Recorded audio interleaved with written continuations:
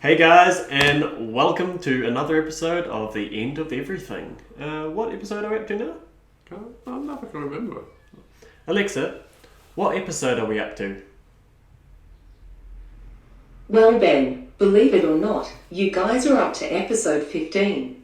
Personally, I think you should record an episode on the rise in popularity of board games. We'd actually already planned to do that. Also, Ben, you are now 7 weeks overdue for cutting your toenails.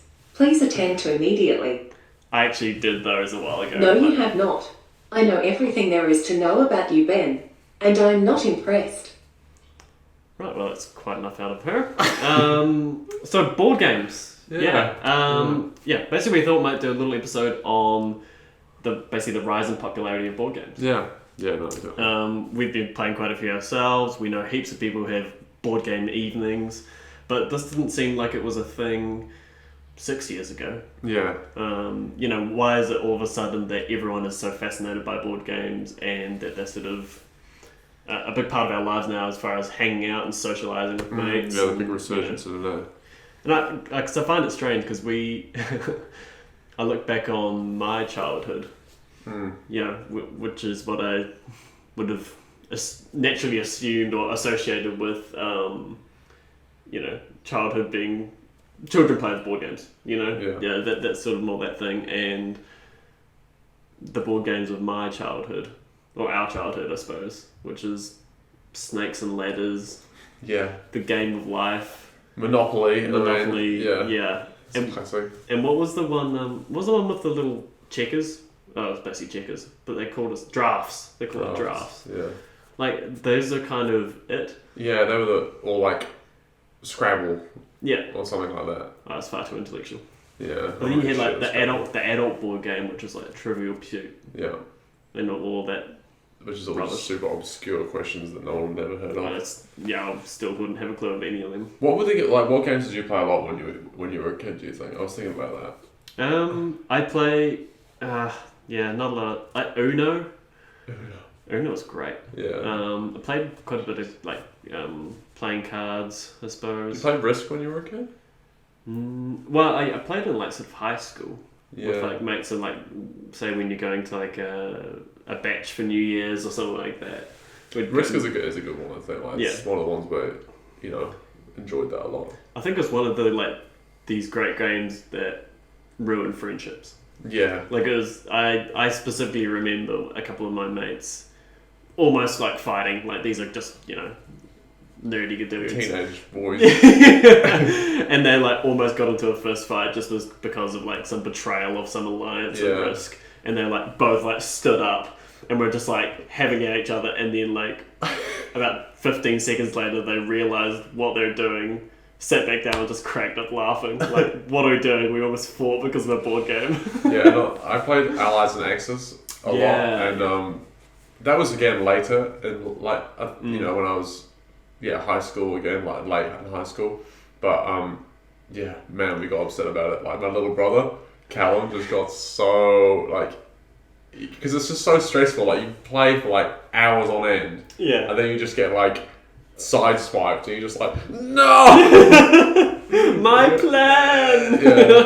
It's too emotional for a young child. But that's, after like a brief little research into why this new resurgence might have come about, like perhaps these games were some of those gateway games, so the other examples they set were kind of Settlers of Catan, and I think Pandemic was amongst them. These are games that they're not super hardcore, super complicated as some of these games are, but they are complicated enough that it really gets you invested in board games and makes you want to see what else is out there. Yeah, well, I think the little thing I was watching before was saying that like Settlers of Catan was really the one which blew up the resurgence in board games. So it was like a German game apparently originally, but when it came to America, it was like became massive, and then that's what sparked a lot of people's interest in board games again. And I think it was apparently because it's like a lot of old board games, like are very like Monopoly and Risk, are really like oriented, and you don't really have many decisions to make which affect the outcome of the game. Yeah. But like things like Settlers of Catan and newer games, often there is a lot more choice involved and skill involved. Mm-hmm. So apparently there was a kind of a renaissance in games in the 70s where like a lot of the games before the 70s were, luck based, and after that they became more choice oriented. Right. And also like they were saying they moved from confrontational games, like you said, things where everyone argues with each other and falls out, is like more of an older style of game, where newer games are more, there's still a competitive element, but it's Settlers of Catan, you maybe don't get quite as wound up. I mean, maybe kids do. I think some people do, but there's certainly like more cooperative games and stuff as well. Like Pandemic is it's you versus the board game. You know? And also like there's less elimination games as well. They were saying. So like Monopoly, when you get bankrupt, it's boring because you're not involved in the game anymore. Yeah. But things like Settlers of Catan, like you're basically all in it to the end. Yeah. Isn't it? Yeah, you are. And then you win at a certain point, right? When you have seven cities or whatever. Exactly, yeah. So everyone's in it, but it's just there might be a clear winner, will emerge or whatever. Exactly, and that's more common now. Which so it was interesting as they were saying that actually like, I mean, there's a lot. It seems like there's a lot of factors which are actually affecting the resurgence in it, but part of it is ball games are better now. You know, just like movies are better and all this sort of stuff that you wouldn't initially think, because you just like group ball games as like, that's a board game. They're all the same. Well, so much of them were based around the throwing of the dice, right? Like it's just like, oh, I got a 6, I moved 6 spaces, and it's just like, oh, you got a whole lot of lucky rolls. But like, you know, if you actually have decisions, there's so much more satisfaction in it. Yeah, exactly. I mean, another one that I played a lot when I was younger, man, we're nerdy, but like Warhammer. Yeah. Is tabletop, but it's super in depth and complicated. But it's a proper skill. Yeah, like chess or something. Well, there's always like an element of chance, right? Yeah. Like just like drawing what card you're going to draw. And like the dice. It's still a dice based game, so there's still luck involved. But you greatly affect that by the choices that you make. Because I think like one of the worst games in my childhood had to be the Game of Life. I never played that. You're a lucky man. Yeah. Like I think it's the reason I'm probably childless, unmarried, and own no property to this day. Like the actual, the premise of it was insane.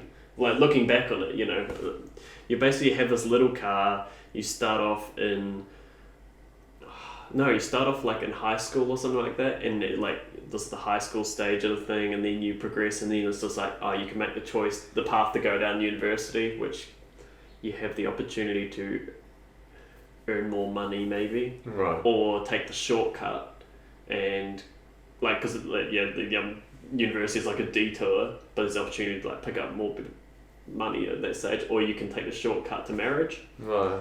And so like marriage is just like a few squares after university merges back into the main lane, and it's just like, okay, you get married. And you could choose a man if you wanted, but I don't think that was on the front of the cover of the board game. No. And then 2 squares along, you have a child or twins, Yeah. And then it gets to the point where you might have actually 2 cars because you've had so many children along the way. Oh, right. And then you just basically go along the whole path of just getting a job. You might generic life achievements. And then the aim of the game is to get to the estate at the end, which is basically retirement. And the first person to get to retirement gets like some bonus money. Right. But then it's whoever has the most money at the end of their life is the winner. Yeah, that's a bit depressing. But it's like, if you speed to retirement, you basically just wait there until everyone else finishes and gets all their money. So it's really just luck based. Entirely luck based, and it's you can make a decision whether to go to university or not. Yeah, and and there's a slight variation in a couple of parts, but that was such a it seems so much terrible principles. Like that was like 1950s life or whatever. Yeah, it seems like such like the American dream. Yeah, it totally was. But I mean, I guess that's it. It's like most board games are so much more sophisticated than that. Yeah. Snakes and ladders and stuff. I mean, God knows how old Snakes and Ladders is. It's just so boring. But and then again, I always think that it must be complicated to make really good. Like Magic the Gathering, for example, is a card game that is really really popular and we play. And it's so complicated. It must be so hard to make that yeah. and to make new cards consistently which don't throw out the balance. I mean, obviously they do, and then they correct. Yep. That's kind of how they manage it, right? So that's basically Magic the Gathering is the original Pokemon cards or Yu-Gi-Oh cards or wherever you might have heard of it, or collectible, like trading cards slash almost, gaming cards, I guess. And it's about 3 decades old now. More than that, surely. I think that's about 30 years. It might be more. It's very like 70s, right? It's not that old. Maybe. Could be an old article I read. Anyway. Maybe, you know better than me. I think, actually it might be in the 80s. So yeah, it could be almost 40 years old now. Yeah. But yeah, it's basically you have your own cards, you build your own deck of cards, and you play them against each other, and there's just infinite variations on what you can play and the combinations of different cards to, essentially have creatures that attack each other. Yeah.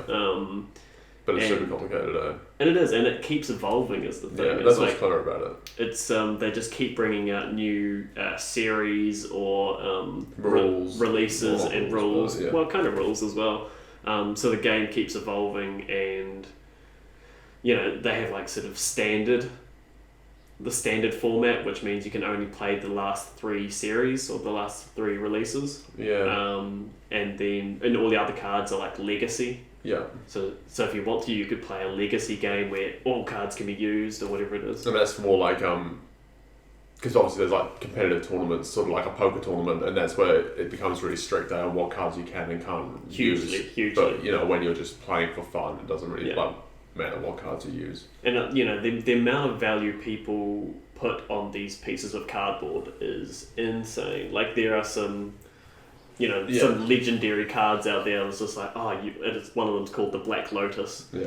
And I think that's worth over $100,000 if you find one of those. It's one of like the really old cards, but there's a real cult following around this game. And it's like gained popularity, it's been consistently popular in a way which a lot, like your Pokemon cards or whatever, like they are like fatty. They become popular and they come out of trend, but Magic's interesting in the way that it has become. It's basically just grown in popularity over the last 30 years, and becoming more and more, not mainstream, it's still pretty, I'd say, fringe, but Yeah. And it was actually interesting as well in this thing that I was watching, it was saying that Magic has been like a really crucial part of the board game boom because it allows for board game stores to be profitable because like the way people spend so much money on Magic cards comparative, if you bought Catan, you buy it as $100 or whatever, and then you play it forever, and that's all the money that they're getting off you. But with Magic, like that's what's so clever about it as well, is you're consistently giving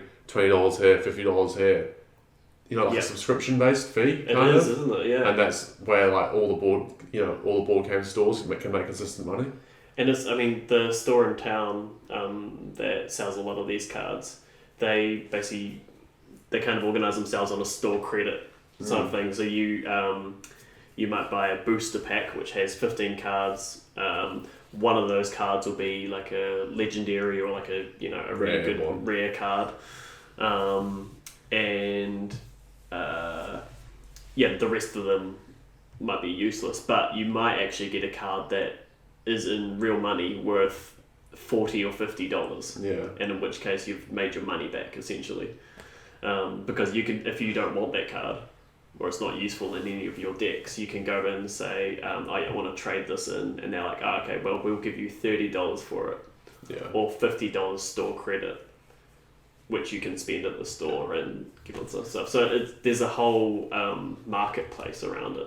Well, I mean, it ties into gambling. Yeah, basically. Absolutely. And the thing is as well, like, you always say, this card's worth $50, so I've basically made my money back. But, you haven't. You have, but realistically, you're just going to trade that in and get more cards. You know what I mean? So, you're still just either spending the money, or if you keep the bit of cardboard, you've... And, like, more often than not, like, this is such a rare card. I'm going to keep this and just put it in, like, a little sleeve so they can't be damaged. It's like, well, it's so, it's like theoretical value, but, are you ever going to actually sell all your cards? Because if you're not, then you spent that money, Yeah. So it's so one of those gateway gateway games, isn't it? Yeah, and it's just kind of led to this whole thing. But I mean, there's a whole lot of other reasons why board games are so big today. Like, what else did you kind of? I found another thing was like they talked about like Kickstarter and how Kickstarter has become really like before you had to go through a publishing house like. I don't know, what's that really big? Hasbro. Yeah. You know, if Hasbro doesn't approve this and they can't sell to 1 million people, they're not going to make it. But now, like with music and film and, you know, all sorts of creative outputs, people can make niche board games. And if they sell to 1,000 people, they can make money. Yep. And get it going. So there's a whole... It's become a lot more dynamic of a space. You know, like there's the classic board games which were, you know, Monopoly, Scrabble, etc. Everyone had them and they're broadly enjoyable, but these new games, they're way more interesting. Yeah. And everyone can find a board game that they like. Well, I mean, that's part of it, and I think easier to find is just, in general, a big plus. You know, like the internet has helped hugely for this thing. Kickstarter being one of them, YouTube being another, because you can actually see people playing these games, how it all works. You've got these great videos explaining the mechanics of the game or whatever it might be, and it's that much easier to both share through social media and explore. And also, I guess learn the rules, like instructions. You know, like instruction manuals, just like, oh god, what's going on here? But you just watch something like, oh, okay, cool. That's how you play this game. No, that's totally it as well. Yeah. But yeah, I think Kickstarter's a massive one because as far as a publisher goes, they don't need to take a risk on making 40,000 of these board games and hope they sell. They can literally just make a video and they sell them on Kickstarter as they get funding. Yeah. Like Winter Workshop stuff has done that, you know. Exactly. With their GKR game and stuff. it's very validating for them. You know, if people are buying their game, they know they're on a good path. They're also interacting with the customer, so they're getting feedback on there, like, oh, I think you need to change this, change that, and then they're kind of developing these games alongside them. Yeah, they're super interesting games, which is so I think it's huge for that reason. I think that's the thing. Is like it's an amalgamation of a few different things which have led to it. You know, and obviously I think the other one to touch on is like the fact it's physical, tangible. You know, you're actually socially interacting with people in a way that people do less now because of digital. You know. It's like a research, you know, it's like an anti-digital kind of thing, you know. Yeah, and that's entirely part of it as well. Is that people just want to reduce their screen time. Yeah. And one way to do that is that scene a little bit more wholesome. It's almost like kind of as well, like it's kind of cool to not use your screen now.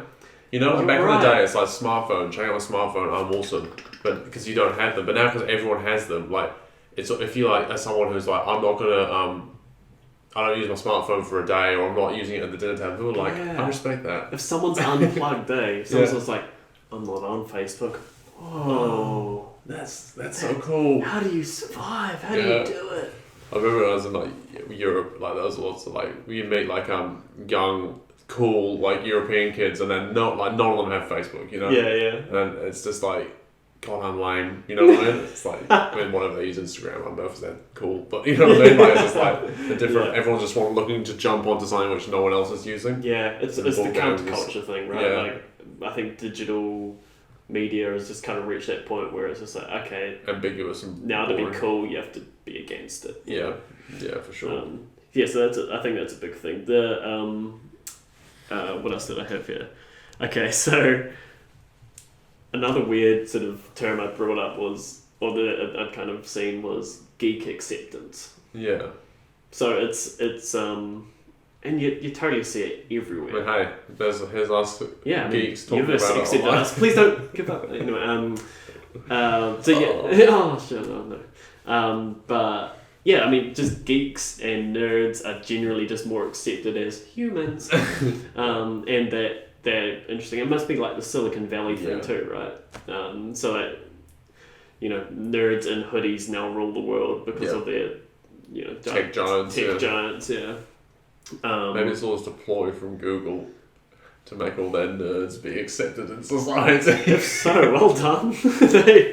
It's cost them a lot, but then I don't know. They're pushing it. But yeah, shows like Will Wheaton's Tabletop Games.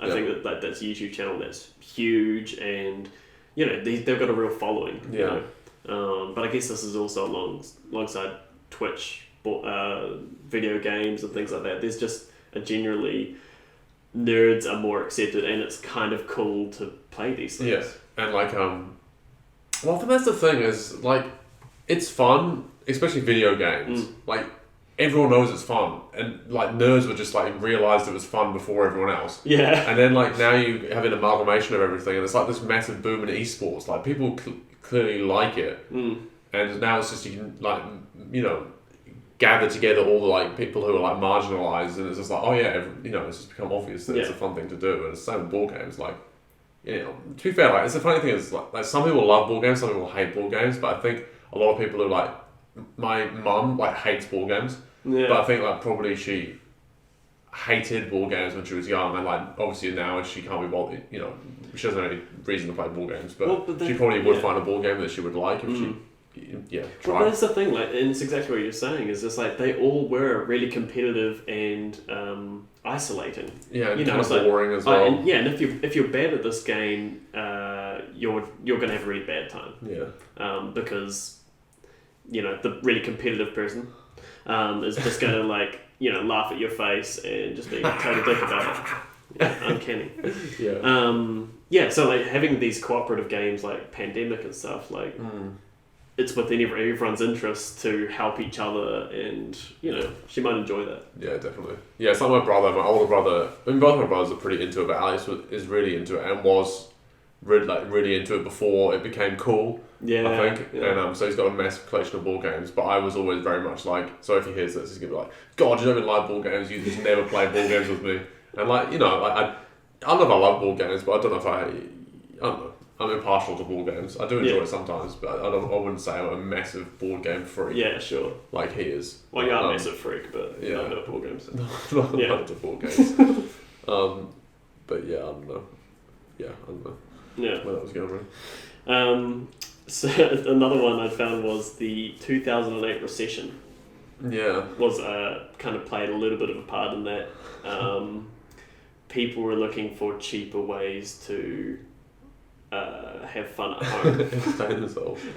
So I mean, I don't know how much of a factor that has. Yeah. I think board games are just better in general, but I think the other interesting that comes into that is it is easier now more than ever to stay at home and entertain yourself at home. And I mean I've never really thought about that as in that to go out and enjoy something, socialise.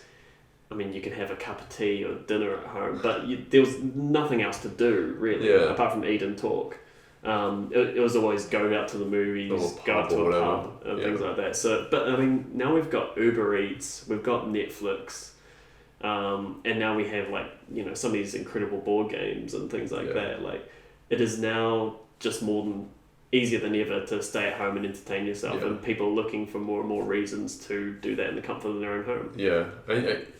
Yeah, no, for sure. I think, guess all the pubs in England, but everyone's sad about them all closing down. Yeah, for that exact reason. It's like you got your TV at home, you've got cheap beers from the store. Yeah. Like, why go there? But I think there's this element of that's sad because people aren't interacting in the same way. But we go around to our friends and play board games, and that's what's kind of cool about board games, right? Is that's the thing I don't really necessarily enjoy. I like board games, but I like socializing more, and board games are a good stigma to that. Like it was saying, in this thing social lubrication. It's you're playing a board game. It's kind of you can focus on the board game. You're not just sitting there talking to someone. So it's not quite such an intense social interaction. Yep. So I think that's part of it as well. It's quite a It does. Makes it easier. It's a bit you could not know 60% of the people playing the game or whatever it might be. I mean, I'm not saying there's 10 people playing the game, but you might not know quite a few people, but because you're playing a game, it's totally fine. It's still easy and fun. Yeah. No, that's a really good point too. Yes. What about the future, as we always do? That's a good point. Alexa, what is the future of board games? I don't know that one.